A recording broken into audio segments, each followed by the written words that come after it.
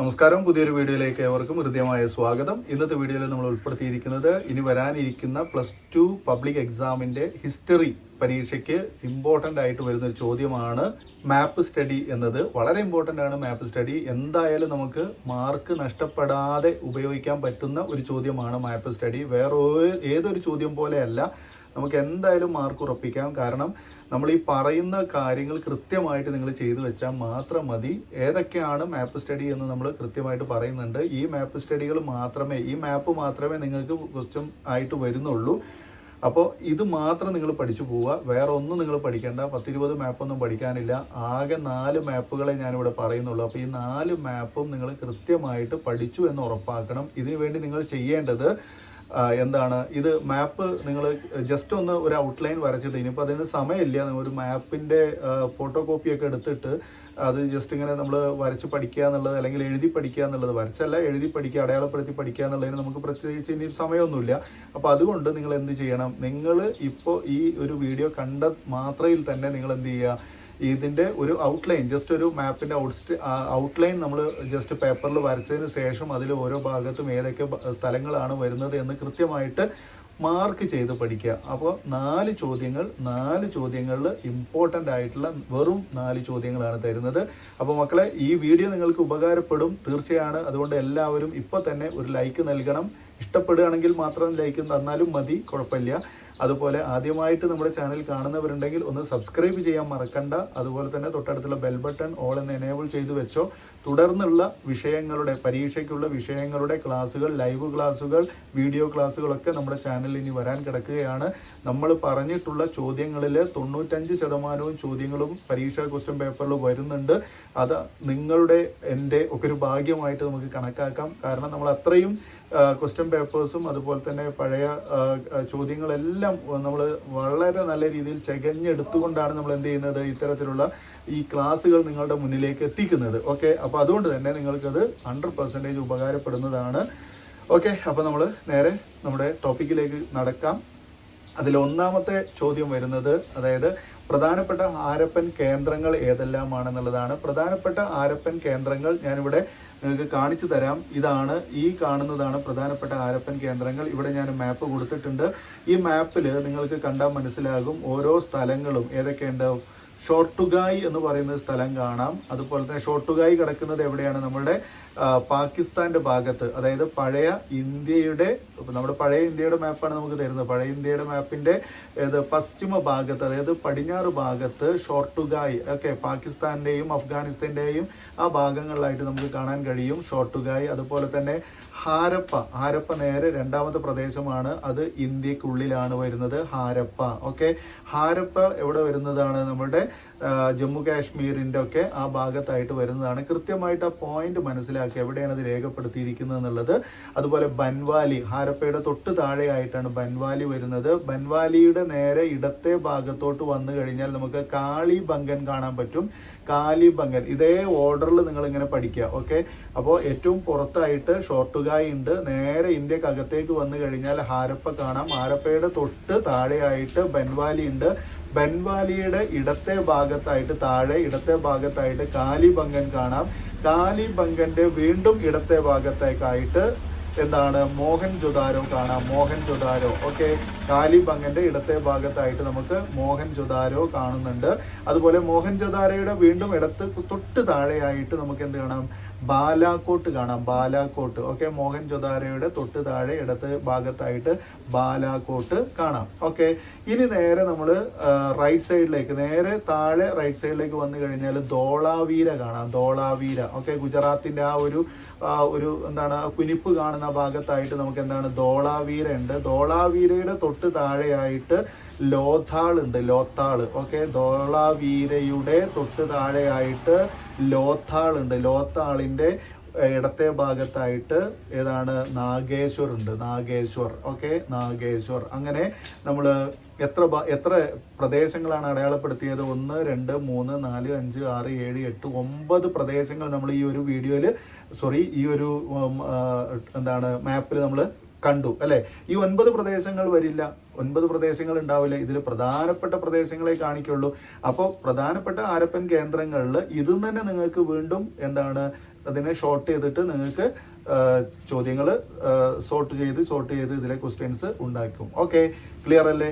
ഇതേപോലെ നമ്മൾ മറ്റൊരു ഭാഗത്തിലേക്ക് പോകുന്നു. മറ്റൊരു ചോദ്യമാണ് നമ്മുടെ ഏതാണ്, പുരാതന ഇന്ത്യയിലെ പ്രധാന കേന്ദ്രങ്ങൾ ഏതൊക്കെയാണ്? പുരാതന ഇന്ത്യയിലെ പ്രധാനപ്പെട്ട കേന്ദ്രങ്ങൾ. ഓക്കെ, പുരാതന ഇന്ത്യയിലെ പ്രധാനപ്പെട്ട കേന്ദ്രങ്ങളായിട്ട് ഇവിടെ കൊടുത്തിരിക്കുന്നത് നോക്കൂ, നമ്മുടെ ഇന്ത്യയുടെ മാപ്പ് ഇവിടെ കൊടുത്തിട്ടുണ്ട്. ഇതിൽ ഹസ്തിനപുരം നിങ്ങൾക്ക് കാണാൻ സാധിക്കും.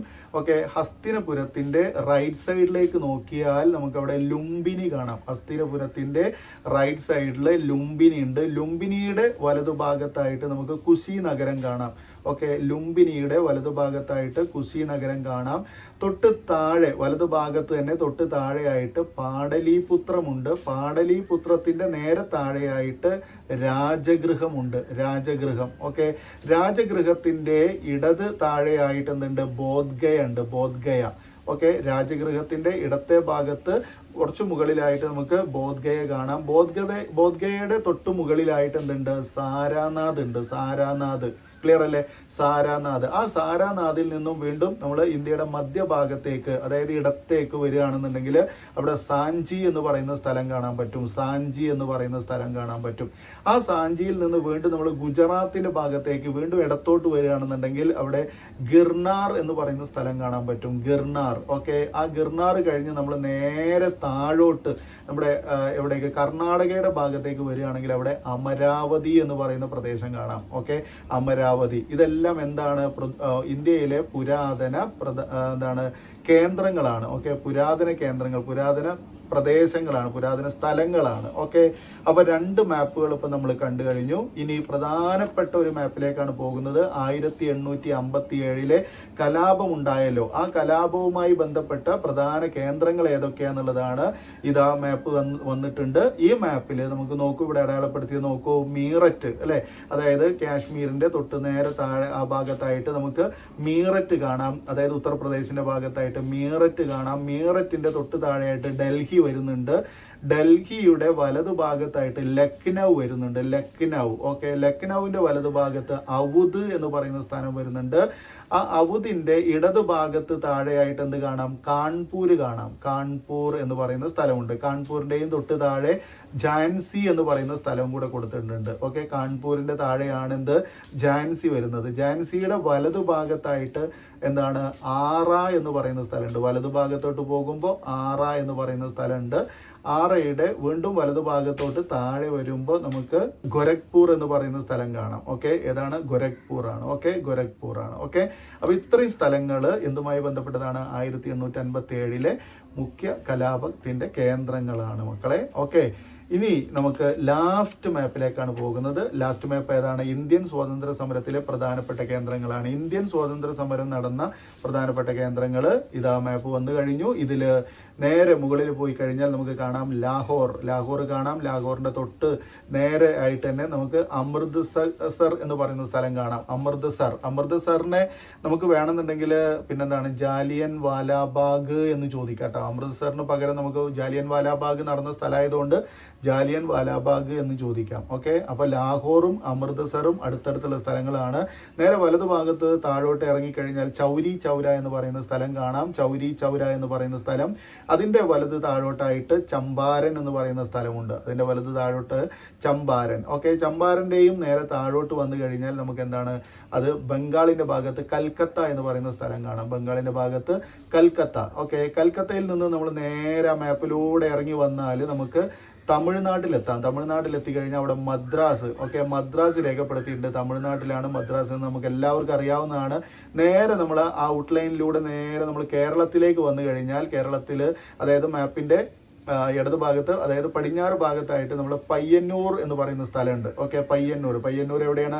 കേരളത്തിലാണ്. പക്ഷെ കേരളത്തിൽ നമ്മൾ കണ്ണൂർ ഭാഗത്താണ്, കണ്ണൂർ കോഴിക്കോട് ഭാഗത്താണ് നമ്മൾ പയ്യന്നൂർ രേഖപ്പെടുത്തേണ്ടത്. ഒരിക്കലും നമ്മൾ തിരുവനന്തപുരം, കേരളം എന്ന് പറയുമ്പോൾ തിരുവനന്തപുരം ഭാഗത്തൊന്നും അടയാളപ്പെടുത്തരുത്. അത് പ്രത്യേകം ശ്രദ്ധിക്കേണ്ടതാണ്. ഇവിടെ മാർക്ക് ചെയ്തിരിക്കുന്ന ഭാഗം കൃത്യമായിട്ട് മനസ്സിലാക്കുക. അവിടെ നിന്ന് നേരെ നമ്മൾ മുകളിലോട്ട് കയറി കഴിഞ്ഞാൽ നമുക്ക് അവിടെ എവിടെ എത്താം? ബോംബെ എന്ന് പറയുന്ന സ്ഥലത്തെത്താം. ഓക്കെ, ആ ഔട്ട്ലൈനിലൂടെ തന്നെ പോയാൽ മതി. ബോംബെ എന്ന് പറയുന്ന സ്ഥലത്തെത്താം. ആ ബോംബെ അല്ലെ മഹാരാഷ്ട്ര, ബോംബെയിൽ നിന്ന് നേരെ മുകളിലേക്ക് കയറി പോയി കഴിഞ്ഞാൽ അവിടെ ദണ്ഡി എന്ന് പറയുന്ന സ്ഥലമുണ്ട്. ആ ദണ്ഡിയിൽ നിന്ന് നേരെ മുകളിലേക്ക് കയറിയാൽ അഹമ്മദാബാദ്. ഓക്കെ, അഹമ്മദാബാദ്. അപ്പോൾ നമ്മൾ എവിടെ നിന്ന് ഇറങ്ങി? ലാഹോറിൽ നിന്ന് ഇറങ്ങി അല്ലേ?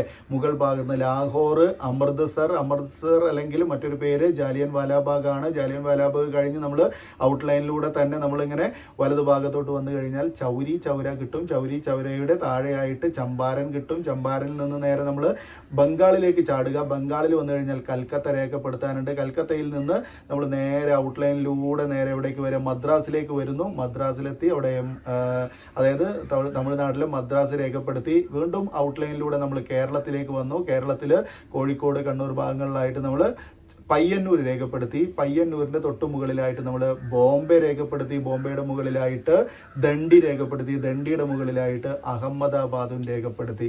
ഓക്കെ മക്കളെ, അപ്പോൾ ഇത്രയേ ഉള്ളൂ. ഇതാണ് നിങ്ങളുടെ ഈ ഒരു പരീക്ഷയ്ക്ക് വരുന്ന മാപ്പ് സ്റ്റഡി. വളരെ ഇമ്പോർട്ടൻ്റ് ആണ്. ഇത് മാത്രം നിങ്ങൾ പഠിച്ചാൽ മതി, ഒരു സംശയം വേണ്ട. നിങ്ങളുടെ മാർക്ക്, ഒരു മാർക്ക് പോലും ഇതിൽ നിന്ന് എവിടെയും പോവില്ല. ഇതിൽ നിന്ന് മാത്രമേ ചോദ്യം ഉണ്ടാവുള്ളൂ. അപ്പോൾ പറഞ്ഞ രീതിയിൽ നേരത്തെ ഇത് എന്താ ചെയ്യേണ്ടത് ഞാൻ പറഞ്ഞു തന്നിട്ടുണ്ട്. പറഞ്ഞ രീതിയിൽ ഇത് ചെയ്ത് വെക്കുക. ആദ്യം തന്നെ നിങ്ങൾക്ക് മാപ്പ് സ്റ്റഡി അറിയുന്നുണ്ടെങ്കിൽ മാപ്പ് സ്റ്റഡി ആദ്യം തന്നെ ചെയ്തു വെച്ചോ. മാപ്പ് നിങ്ങൾക്ക് തരും, ക്വസ്റ്റ്യൻ പേപ്പറിൽ മാപ്പ് തരും. ഓക്കെ, വേറെ പേപ്പറായിട്ട് ഷീറ്റ് തന്നെ നിങ്ങൾക്ക് മാപ്പ് തരും.